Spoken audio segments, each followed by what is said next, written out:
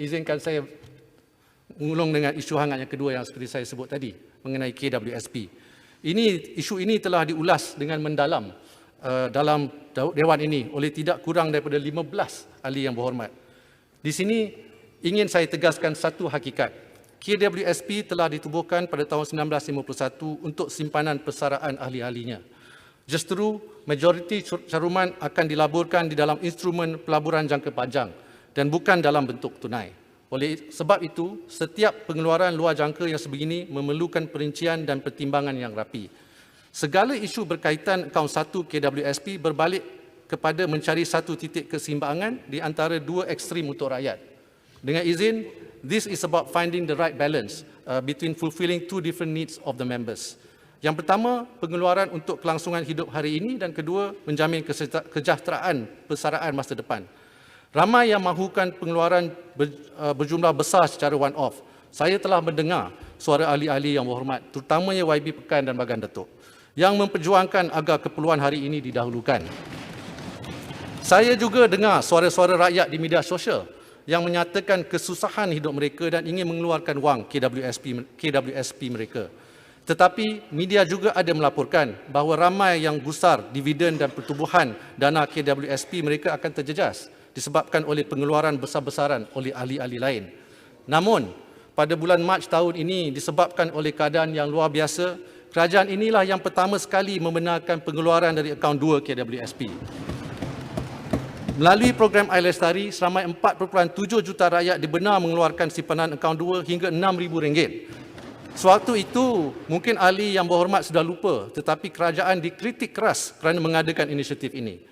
Saya nyatakan perkara ini untuk menegaskan bahawa kerajaan responsif dan akan bertindak jika langkah itu wajar demi kebaikan rakyat tanpa mengabaikan tanggungjawab lain.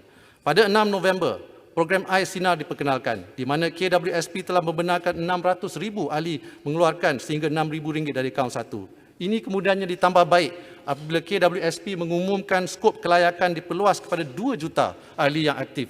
Kini boleh mengeluarkan sehingga RM9,000 atau RM60,000 dari akaun 1, bergantung kepada terma kelayakan.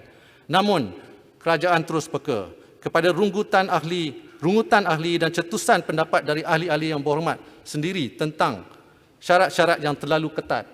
Contohnya, ahli yang sudah berhenti mencarum beberapa tahun tetapi masih mempunyai simpanan namun tidak layak untuk membuat pengeluaran dari akaun 1. Ada pula ahli yang tidak hilang pekerjaan tetapi gaji, allowance atau overtime telah dipotong dengan ketara hingga menjejas kemampuan mereka menampung perbelanjaan diri dan keluarga. Mereka juga merungut kerana tidak layak memohon. Kerajaan mendengar semua ini. Seperti yang saya sebut, setiap langkah melibatkan pengeluaran KWSP perlu dilakukan dengan penuh tanggungjawab kepada amanah yang dipikul adalah untuk semua ahli, baik mereka yang mahu mengeluarkan dan juga bagi ahli yang tidak mahu. Akhirnya adalah tanggungjawab kerajaan untuk mencari titik keseimbangan di antara keperluan pengeluaran hari ini dan keselamatan persaraan untuk hari esok. Justru, setelah saya berbincang lanjut dengan pengurusan KWSP pagi tadi, sukacita diumumkan bahawa program Air Sinar kini dibuka dan diperluaskan kepada semua ahli yang terjejas pendapatan mereka.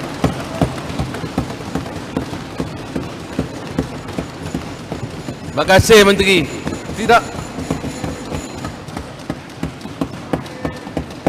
Tidak kira sama ada disebabkan hilang pekerjaan ataupun telah terkurang pendapatan mereka tahun ini, ahli tersebut layak memohon untuk membuat pengeluaran dari akaun 1. Tanpa mengira sama ada ahli tersebut bekerja sektor formal atau bekerja sendiri, tanpa mengira ahli aktif mencarum atau tidak, selagi terjejas pendapatan dengan ketara, bolehlah mengeluarkan simpanan dari akaun 1 KWSP. Dari 2 juta ahli yang layak sebelum ini, Air Sinar kini kita buka kepada lebih 8 juta ahli. Terima kasih Menteri. Tambahan pula, setiap ahli dibenarkan. Tambahan pula, setiap ahli yang sebelum ini dibenarkan mengeluarkan sehingga RM9,000, kini boleh mengeluarkan sehingga RM10,000. Terima kasih. Mereka cuma perlu memohon di dalam talian atau hadir di mana-mana pejabat KWSP. Tunjukkan sahaja bukti mengenai kehilangan pekerjaan, notis, cuti tanpa gaji, potongan gaji, allowance atau OT maupun pengurangan pendapatan jika bekerja sendiri. Datuk Yang di-Pertua, mendokong semangat kerajaan prihatin rakyat, kita sentiasa meneliti rapat perbahasan dalam Dewan ini, di mana ahli yang berhormat semua merupakan denyut nadi suara akar umbi. Sehubungan dengan ini, saya ingin berkongsi beberapa pengumuman dan berita baik.